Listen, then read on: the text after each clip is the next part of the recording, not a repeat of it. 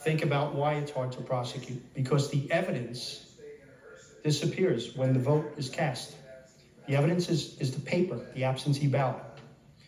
It goes to the election office, and there's your evidence. It's gone.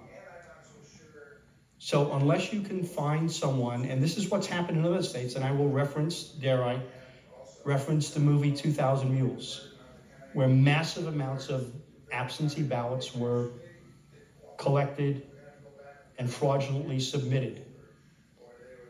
But you have massive amounts of data. We're not seeing that here. Frankly, you know why? We're not on the radar screen. We're too small at this point. But we will get larger. This state is growing. We know this state is growing. You can hear from my accent that I'm not from here originally, and many of you are not from here originally. As we grow, we will become a target. And we are not yet secure enough in our elections to guarantee that what the people are voting for is actually happening. Now, you have some data in front of you that I have distributed, and my friend from 7 has distributed, that shows some of what's going on around the country, some examples of voter fraud, and I will point out that it is not exclusive to one party. This is not a party issue. This is happening because there are people that have their interests that they want to promote, and they promote those interests by putting the people in office that will do for them what they want done. So you've got 2 pages here, and you've seen as recently as October 7th, 2022. We've also had congressional elections overturned because of absentee ballots issues, elections with voter fraud. Oh, come on. And to come back to Idaho, I will tell you a story. Kootenai County last year, the county clerk had people from ES&S, which is electronic, the company that provides our voting data, our voting equipment rather, come in to do a presentation on elections and how secure our elections are. So ES&S senior management said, and this is a video that's available, by the way, if you go to Rumble, you can find this video. They said they felt that their systems were secure, but the problem was the absentee ballots. That statement was backed up by the Idaho Deputy Secretary of State, Chad Houck, who said exactly the same thing, that the problem was in the absentee ballots. So what we're trying to do with this bill here is to tighten up those parameters so that we don't have these problems in the future that we're seeing in other states. You don't have a chain of custody with absentee ballots. It's not a secure chain of custody because it goes through the mail system. Now, not to necessarily disparage the post office, but I will tell you, and I think we all know, the mail system isn't necessarily secure. If you think it's secure, I would suggest that you put $200 in an envelope and mail it to yourself, if you dare do that. You jerk. There is no chain of custody. Someone could look at the absentee ballot and say, oh, I know who this guy is. We'll just throw this one out. I know how he votes. The most secure chain of custody is when you show up on election day and you vote in person. Now, there are people that can't do that. We've made allowances for that, reasonable allowances for that. But I think we've got some real problems, and that's why we're attempting to prevent happening in Idaho what's happened around the country, across the country and around the world. Idaho might be unique, but we're not immune. So I would ask your yes vote, your green light on 205 as I turn over the remainder of my time to my colleague from District 7. Would the good gentleman from 7 yield? I'll yield. Gentleman yields, and gentleman has the floor. Thank you, Mr. Speaker. Appreciate being able to speak on this. Gentleman from 4 did a great job, so I won't reiterate a lot of what he said. But on your desk, and what brought me to this debate was, I believe it was the last presidential election. In my mailbox came a completely a ballot request made out to my daughter. It was completely made out with, everything was perfect about it. All it needed was a signature and a date. The problem is my daughter had not lived in our home for 6 years. So, and I don't want to pick on a particular party because both parties are doing it, but the mass mailing of ballot requests needs to be addressed. And I think this is the postage was paid on this as well. So you imagine the expense the party went to get this, to a request to a person that didn't live in my home. I was tempted to jot her signature down and probably be arrested, so I didn't. $50,000 fine. But that goes on. And another thing, a friend of mine on another ballot issue walked precincts in Lewiston. He went to 2 precincts, he got volunteers and knocked on doors and found that only 30% of the people that were registered were living at the homes. People move, they constantly move. So trying to keep those ballots, the people that live there, trying to keep those is difficult. It's a hard deal. Even like my daughter's would be an example of that. You know, she moved to Boise, and trying to get her name off of that roll is a difficult thing for the clerks to do. Oh. So another thing is, I want to switch a little bit to the expense. You know, once a ballot request is sent in, the clerk has to match that signature. And there's a lot of expense that starts with that process. If the date is wrong or the person's name doesn't line up, they have to mail that person the information that their ballot was not accepted and try to straighten that out with them. All of that takes money for the clerks and the people working for the clerk's office to make those work. And here we are trying to cut property taxes, but yet we're throwing more work onto the clerks to certify these elections and make sure that the signatures and everything that goes along with it are correct. So we need to look at all the aspects of this. This is a good bill. This is a good time to fix this and eliminate the mass mailing of ballot requests. And I hope you'll give it its green light. Thank you. Thank you, good gentleman. You've heard the motion. Is there further debate on the motion? Good lady from 15. Thank you, Mr. Speaker, for a question. Good lady has the floor. Would the good gentleman from District 4 yield to a question? Good gentleman yield. I'd be delighted. Gentleman yields. Thank you. Can you give me the definition of an illness? On line 18, it says illness or disease. Gentleman from 4. No, I'm not a doctor. Thank you. What about a disability? Same answer. Yield to stop, slow down. Good I'm sorry. gentleman yield again. Mrs. Speaker. We're not having a conversation. Good lady from 15, he yields again. That was it. Thank you, Mr. Speaker. I'd actually like to debate now. Thank you, good lady. Good lady has the floor to debate the bill. Yeah, so thank you. This bill has a lot of concerns to me. When I look at illness or disability, an illness is a period of sickness affecting the body or mind. There's a lot of illnesses out there, and it says 11 days ahead of time. So allergies, cold, flu, diarrhea, headache, mono, stomach issues, cough, sore throat, rash, the list, it goes on and on and on. Hepatitis B, asthma, mono, gonorrhea, HIV. I mean, I can go on and on and on about the quantity of illnesses. And then we can go into disabilities. People think disabilities. Wheelchairs. We talked about ADA and needing to be having that capability of voting somewhere with wheelchair access. But disability is a physical or mental condition, which is intellectual, physical, mental, sensory. So I guess 11 days ahead of time, I can predict that I'm gonna have allergies, a cough, stomach issues, and I can request my absentee ballot. And then hospitalization, I guess I can schedule my hospitalizations 11 days ahead of time.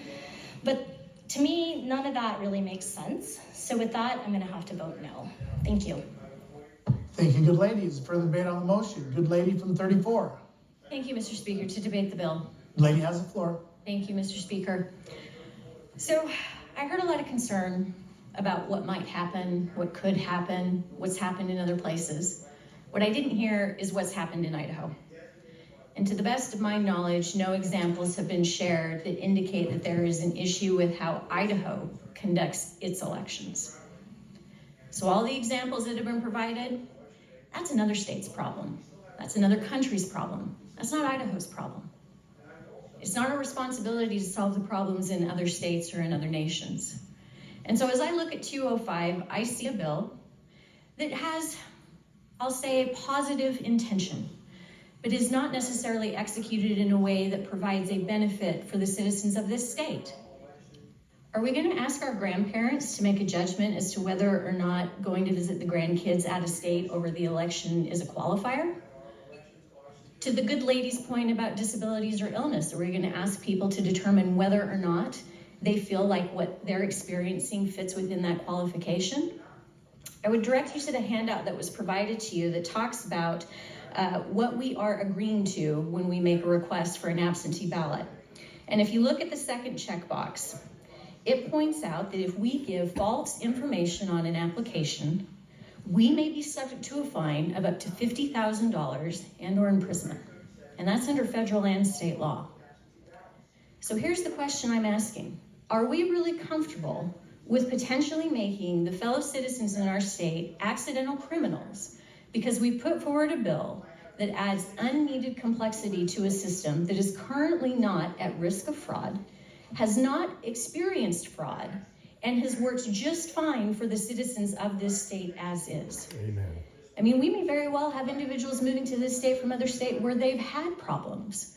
And I understand why you might have concern carrying over from another state about the way your system had worked. But I would argue that the way Idaho's system has worked, it's worked well.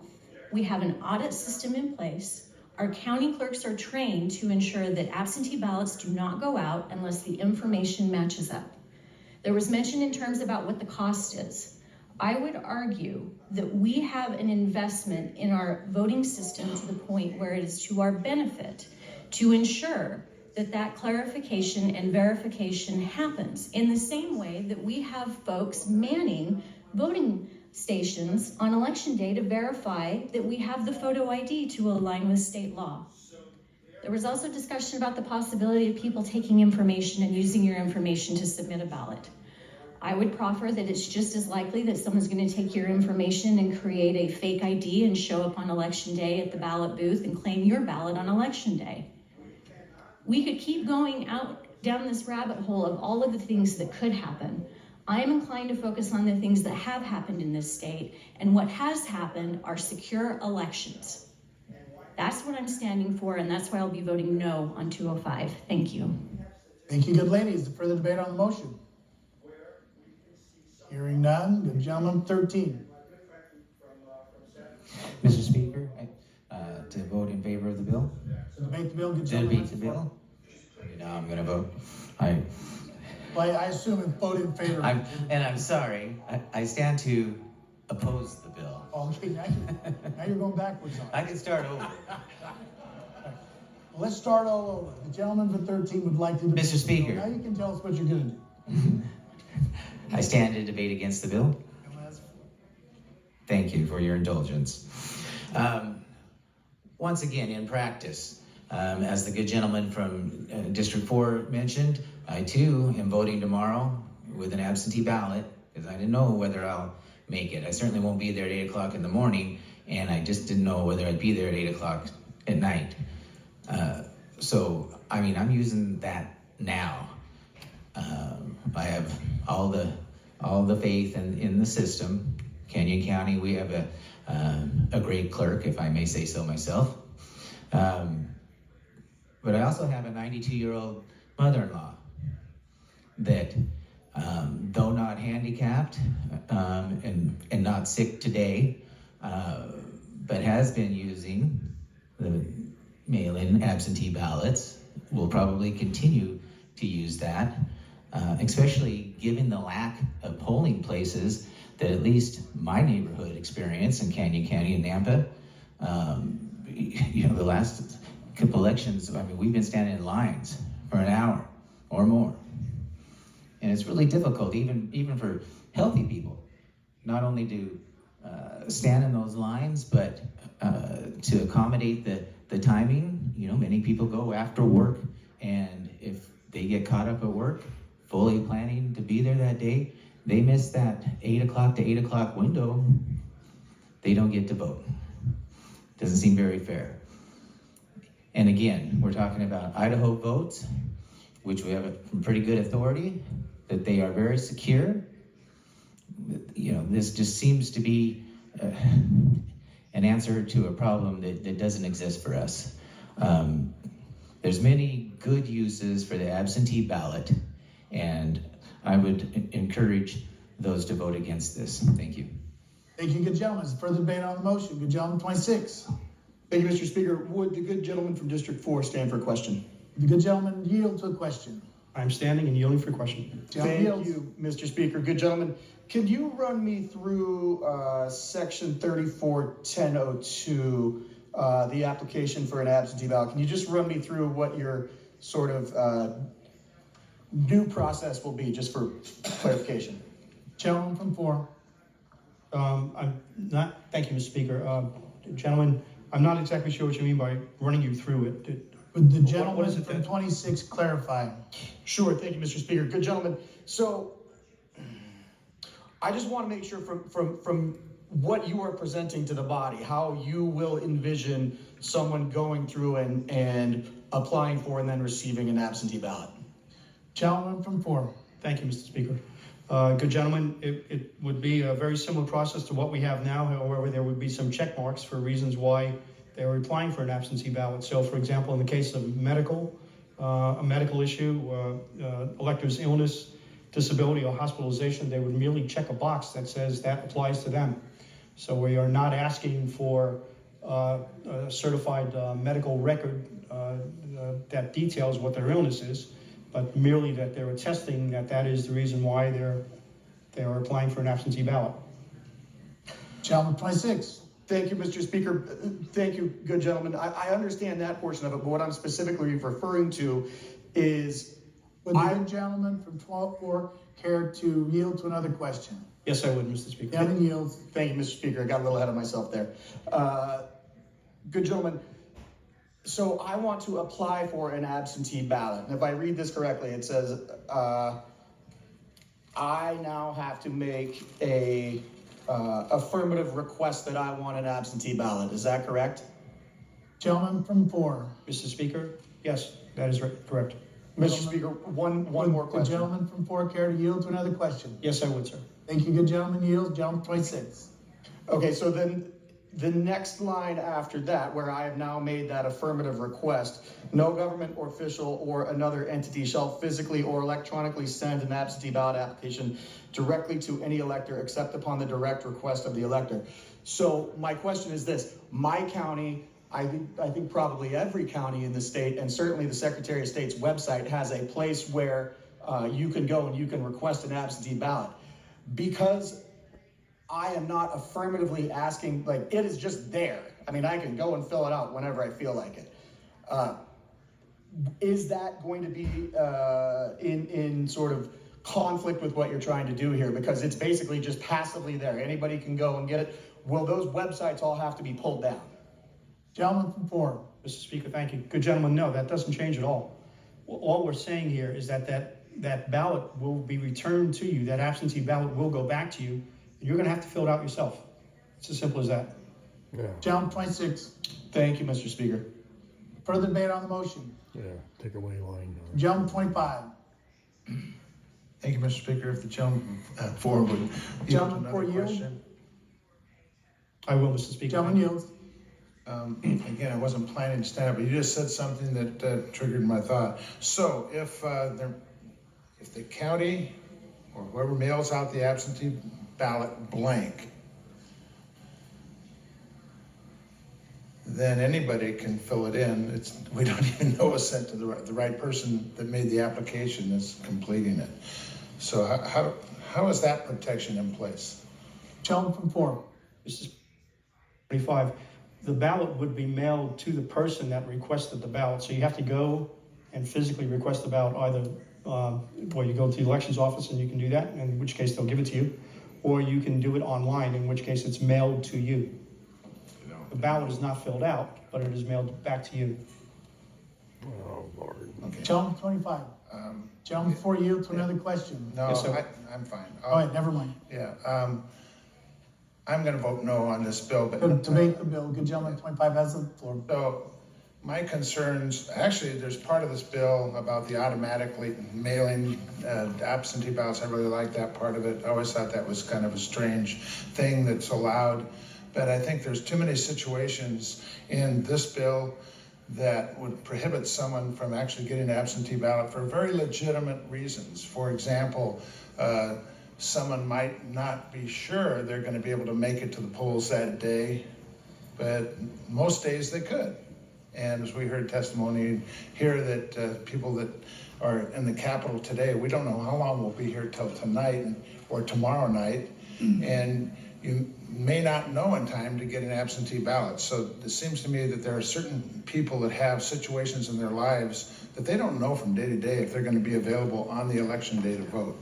And I'd hate to see those people miss that opportunity. I noticed in here that if you're attending a university, you could get an absentee ballot because you may be out of town. But if I'm a resident in Boise, attending Boise State University, apparently I'm entitled to get an absentee ballot, but there are other people that may not be able to get one. I think this tightens it up too much, and I'm not so sure that most of these reasons couldn't be found by most people anyway. And also, I don't know if we're putting the burden on the county clerks to verify that they actually did qualify. Are we gonna have to go back and verify that they were disabled or they were, not the military part, but they have to go back and verify that. So I just think there's too many people that are gonna be denied access to the polls because they don't know. They might end up not using the absentee ballot, and I think many are discarded because they didn't need them. But I don't know, I have problems with some of the technical aspects of this. I like the purpose, but I agree with the lady from 34 that I'm not sure we have as big a problem in Idaho, or there is a problem that's ever been identified. So I'm going to be a red light. Thank you. Thank you, good gentleman. Is there further debate on the motion? Good gentleman from 1. All right, thank you, Mr. Speaker. Request to read 3 short sentences. Unanimous consent has been requested to read. Is there objection? Hearing none, the good gentleman can read. From the Bonner County Clerk, Mike Rosedale. As to absentee ballots, we have 0 problems as we have unique IDs on them, so they can't be duplicated and counted. The requester's signatures are checked before we send out absentee ballots and again upon return of the absentee ballot. So the gate is locked shut in that regard. So Bonner County's system is as bulletproof as you can get. Thank you. Thank you, good gentleman. Further debate on the bill. Good gentleman, 21. Thank you, Mr. Speaker. Would the good sponsor of the bill yield to a question? Gentleman from 4, care to yield to a question? Yes, I would. Gentleman yields. Thank you both. Good gentlemen, I heard what you said about Europe banning absentee ballots, and I'm looking at this map, and I'm wondering how many of these countries have monarchies? Gentleman from 4. Thank you, Mr. Speaker. Good gentleman from 21. I have no idea, but they are all countries that have voting. Gentleman 21. Follow up, Mr. Speaker. Would you like to follow up, good gentleman from 4? Yes, sir. Gentleman yields. Thank you, Mr. Speaker. What about Russia? What would you consider Russia? Do they have good elections there? Gentleman from 4. Mr. Speaker, good gentleman, I don't think Russia's included in that. Am I wrong? I'm sorry, I didn't hear that. Can you repeat? Sir? I do not. Okay, so they're included in there. Russia has elections. Mr. Speaker, And I don't. The gentleman from 1. maybe we should, I don't know if this is exactly debate. I don't know where the good gentleman's going, but it's getting a little testy at this point. Yeah, it feels like a gotcha, but we'll see where he goes. Be careful, good gentleman, 21. My apologies, I did not mean for a gotcha. But can I debate briefly against the bill? Gentleman has the floor to debate the bill. Thank you. The answer to the first question was that 12 of these countries have monarchies. Russia, certainly. Mr. Speaker, Gentleman from 13. actually, there's violation of the rule here. If you know the answer to the question, you can't ask the answer to the question. That's a Here's good point, violating the House gentleman. rules. I didn't catch that. Maybe the gentleman knew the answer to the question before he asked it. That's a problem. Did the gentleman know the answer to the question before he asked them? Yes, I did, Mr. Speaker. I Is this a apologize. I did not learning know the lesson for rules. all of us? We've Yes. turned this debate and questions into a got you, and it worries me. If you know the answer to the question, you're not supposed to ask it. So I know a lot of us are new, but I would caution the body on that in the future. Thank you, good gentlemen. Proceed to debate the bill, please. Thank you, Mr. Speaker. My apologies to the good gentleman. I did not know the rules. Once again, I have fallen prey. I should have read the rules better. But my brief point that I wanted to make is that Europe, in my mind, is not the standard for democracy. Russia is certainly not the standard for democracy. The United States of America is the standard for democracy, and I just wanted to get that on the record. Thank you, Mr. Speaker. Thank you, good gentlemen. Further debate on the motion. Gentleman from 2. Thank you, Mr. Speaker. To speak in favor of the bill, The gentleman has the floor. the first thing I'd like to point out is the last time I checked, our Constitution says we're a constitutional republic, not a democracy. We don't want to operate as a democracy. We want to protect what we have. And there was said earlier that there was nothing showing in Idaho. I think the good gentleman from 7 held up a voting slip request for somebody who had lived there for 6 years. So this was evidence that these slips are going out in Idaho.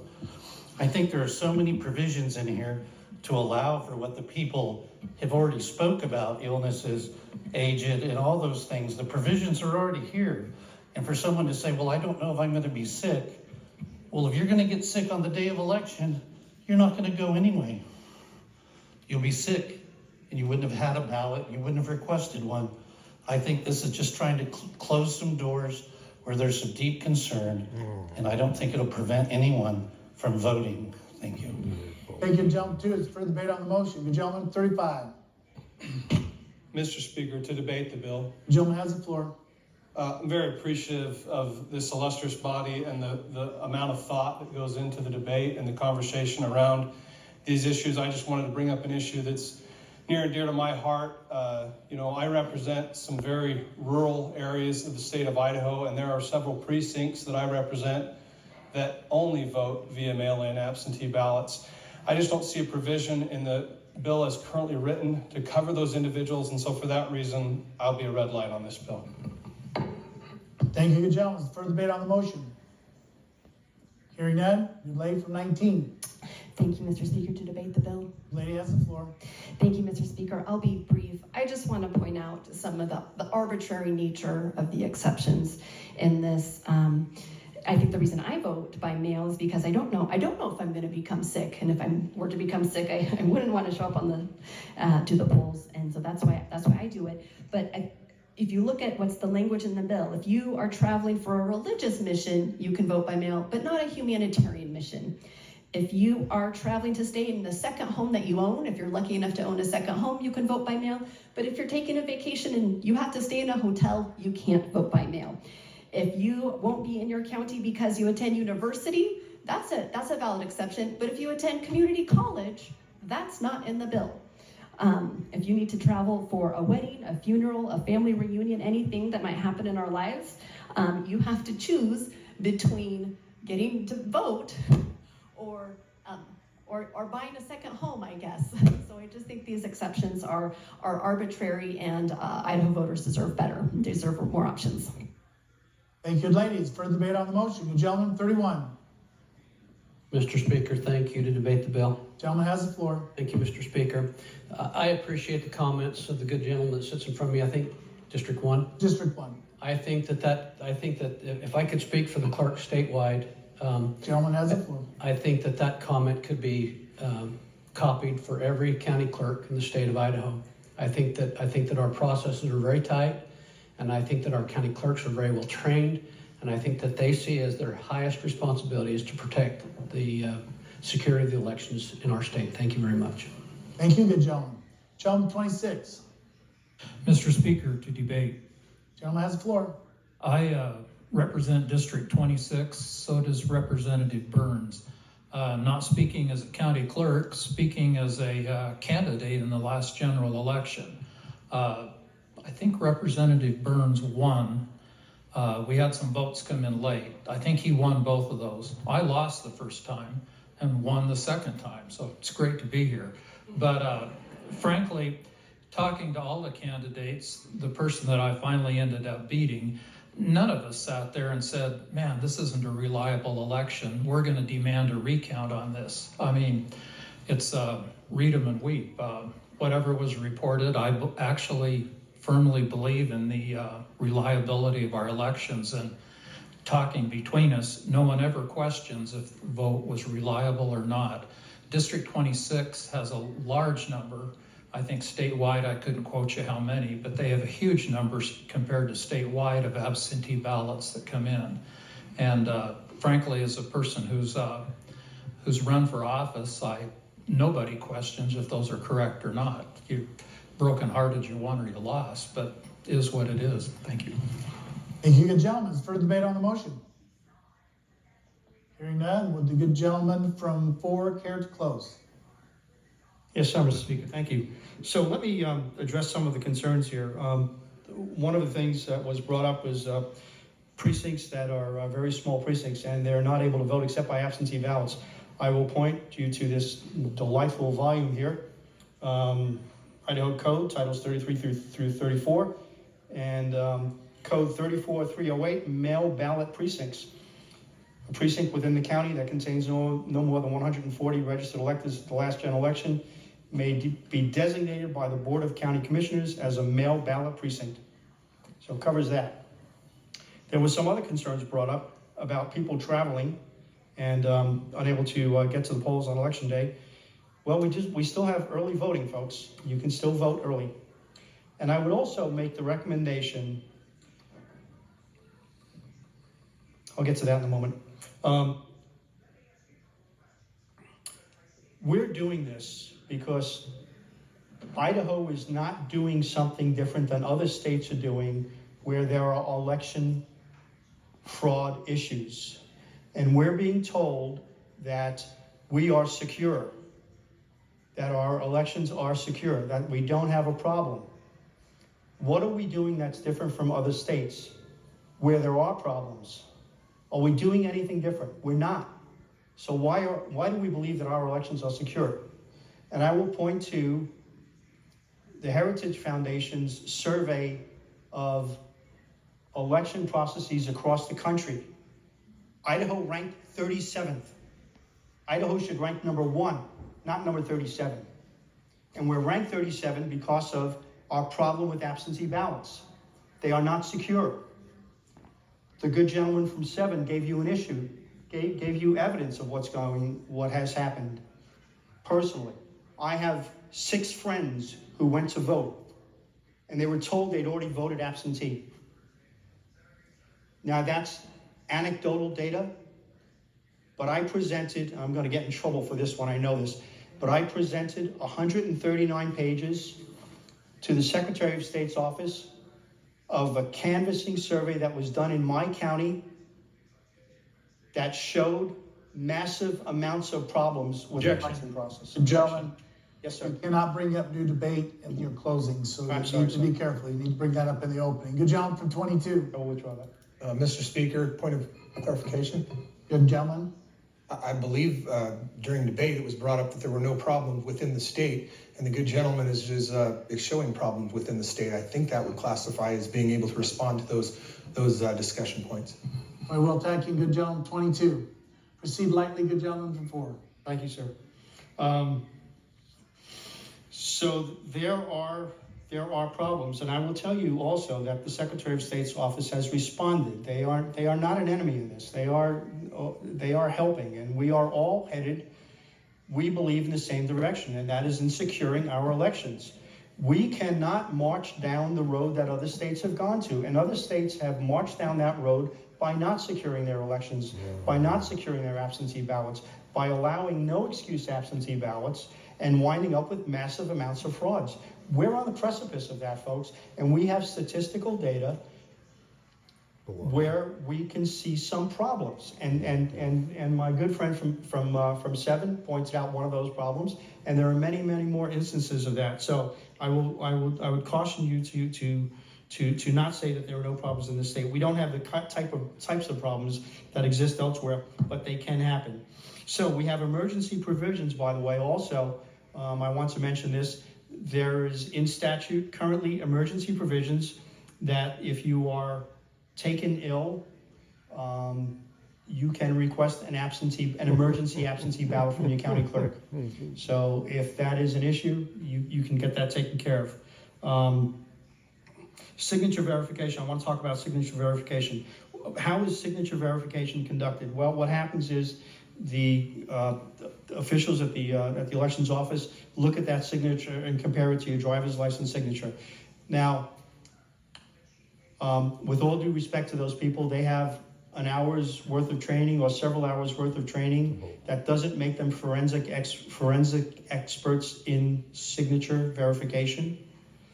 So I would question whether that is a valid way to do it. I think I've covered a lot of it. I think I've covered enough. The last point I want to make is that our goal here is to preserve our republic. And the way our republic functions is through the voting process. It should not be a convenience. Our republic, our country, our state is much more important than that. It is our duty to participate in our elections. I ask your yes vote on this. Thank you, gentlemen. Debate is closed. Question is, shall House Bill 205 pass the House?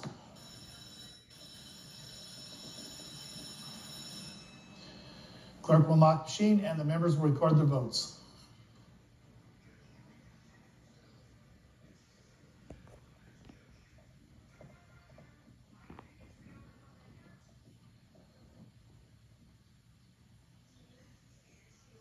Has every member voted? Does anyone wish to change their vote? Clerk will lock the machine and report the pair. Mendai votes aye, Chu votes nay. 30 ayes, 40 nays, less than the majority having voted in favor of House Bill 205. House Bill 205 has failed to pass the House and we filed with the Chief Clerk's office. Good lady.